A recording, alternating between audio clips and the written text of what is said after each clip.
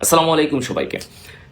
26 ব্যাচের জন্য অনেক স্টুডেন্টরা আমাকে বলছিল যে ভাইয়া আপনি আমাদেরকে টেস্ট পেপারের জন্য পরে আমরা কিভাবে পড়বো, এইচএসসির আগ অবধি আমাদের পড়ার রুটিনটা কেমন হতে পারে সেটা নিয়ে একটা কিছু আমাদেরকে গাইড করেন। সো আমার গত ভিডিওতে আমি তোমাদেরকে বলেছিলাম যে কতটুকু আমি হচ্ছে যে তোমাদেরকে পড়ানোর জন্য বা কিভাবে পড়লে তোমরা জিপিএ 5 পেতে পারবা সেগুলো নিয়ে আলোচনা করেছিলাম। সো অ্যাকচুয়ালি পড়ার রুটিনটা কি হতে পারে সেটা নিয়ে আজকে হৃদয় ভাই তোমাদের সামনে আলোচনা করব। ওকে, সো প্রথমত আমি এমনভাবে রুটিনটা সেট করতে চাচ্ছি যে তুমি খুব আর্লি উঠবা, তোমার সকাল সকাল ঘুম থেকে ওঠার স্বভাবটা থাকবে। এটা হতে পারে না, এমন না যে একদম 5টা বাজে উঠতে পারলে ভালো, নামাজ পড়বা। আর যদি তাও না পারো অ্যাটলিস্ট 7টা 8টা। তো আমি একদম একটা বেসিক মিনিমাম ধরে নিচ্ছি যে তুমি সকাল 8টা বাজে ঘুম থেকে উঠবা। Okay fine. সো সকাল 8টা বাজে ঘুম থেকে উঠার চেষ্টা করতে পারো। ঘুম থেকে উঠেই তুমি টাইম ওয়েস্ট করা যাবে না, কারণ তুমি জানো তোমার সামনে ইম্পর্টেন্ট টাইম, তোমার লাইফের ইম্পর্টেন্ট টাইম।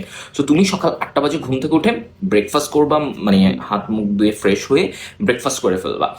করেই তারপরে আমি রুটিনটা তোমাদেরকে কমেন্টও দিয়ে দিব। 8টা 30 থেকে 12টা অবধি চেষ্টা করবা ম্যাথ অথবা ফিজিক্স পড়ার, কারণ আর্লি মর্নিংয়ে তোমার মাথাটা খুবই ফ্রেশ থাকবে। এটা খুবই ন্যাচারাল, এটা বায়োলজিক্যালি আমরা জানি যে আর্লি মর্নিংয়ে আমাদের মাথাটা খুব ফ্রেশ থাকে, পড়াটা ঢুকে সলভিং ক্যাপাবিলিটিটা বেড়ে যাবে।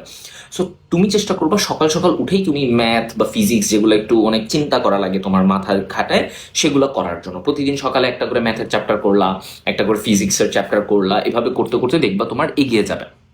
ওকে, দেন তুমি 12টা পর্যন্ত পড়লাম, 12টা থেকে 2টা পর্যন্ত তুমি অনেকক্ষণ পড়ছো, নিয়ার অ্যাবাউট প্রায় 4 ঘন্টার মতো পড়ছো।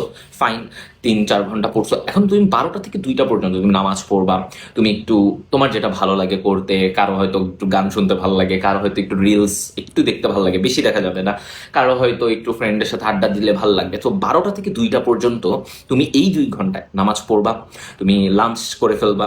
হ্যাঁ, তোমার আম্মুকে বলবা যে আমাকে এর মধ্যে লাঞ্চের ব্যবস্থা করে দাও, তাড়াতাড়ি লাঞ্চটা করে ফেলবা। এরপরে তোমার অন্যান্য যেগুলো ভালো লাগে ওইটা এই টাইমে একটু নিজেকে রিফ্রেশ করবে। করার পরেই তুমি 2 ঘন্টা কিন্তু নিজেকে একটু টাইম দিছো, ফ্রেশ হইছো। এরপরে যেটা করবা, চেষ্টা করবা 2টা কি 2:30 থেকে 4টা পর্যন্ত আমরা কিন্তু বিকালের এই টাইমটা একটু নিজে পড়লে একটু আগায় যায়, আমরা এই টাইমটা পুরোটা আমরা আলসেমি করে কাটাই দিই। সো এই জিনিসটা না করে তুমি চেষ্টা করবা যে বিকালবেলা আমি ইংলিশ অথবা বাংলা অথবা আইসিটির কিছু জিনিস পড়লাম, যেগুলো হয়তো আমরা সচরাচর পড়ি না, কিন্তু এগুলাতে আমার জিপিএ 5 লাগবে, তাই না?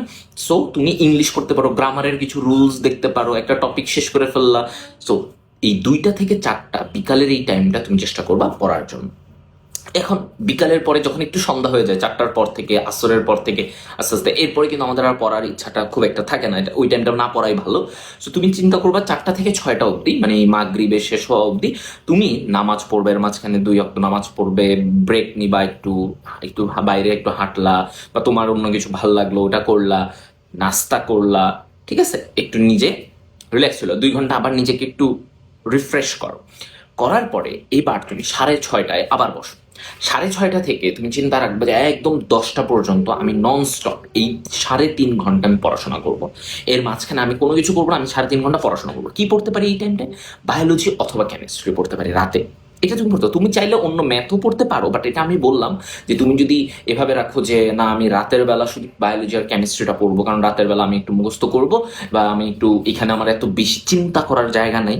হ্যাঁ, বায়োলজি পড়তে গেলে এত চিন্তা করা লাগে না ম্যাথের মতো বা ইয়ার মতো। সো আমি এই যে এই রাতের টাইমটা আমি বায়োলজি অথবা কেমিস্ট্রি পড়বো।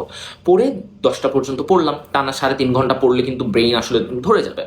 তো এরপরে তুমি 10টা থেকে 11টা পর্যন্ত একটু ডিনার করলা, একটু আরেকটু রিফ্রেশড হইলা, আচ্ছা অনেকক্ষণ পড়ছি, এবার একটু নিজেকে রিওয়ার্ড দিই, তোমার যেটা ভাল লাগে সেটা করলা। অনেকের অনেক কিছু ভাল লাগে সেটা করো। এরপরে তুমি চিন্তা করো যে আচ্ছা না, পড়া কি এখানেই শেষ, আমাকে তো আরো পড়তে হবে, আমাকে তো শেষ করতে হবে।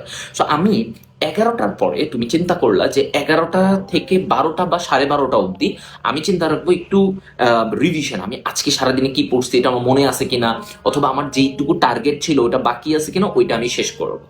সো এই প্যাটার্নে তুমি যখন যেই জিনিসগুলো বাকি থাকবে সেই বাকি জিনিসগুলো দেখে ফেললা, লাস্টে একদম 11টা থেকে 1টা বা 12টা অবধি এই 1-1.5 ঘন্টা তুমি চেষ্টা করবা হচ্ছে যে আমি রিভিশন দিব, একটু দেখবো যা যা আজকে পড়ছি তা আমার মাথায় আছে কিনা, আমি লাগলে কিছু জিনিস সলভ করব, একটু সিকিউ সলভ করতে পারি, এমসিকিউ সলভ করতে পারি। ওই টাইমটা একদম করে তুমি একদম রাতের 12টা অথবা 1টা বাজে ঘুমায় যাবা।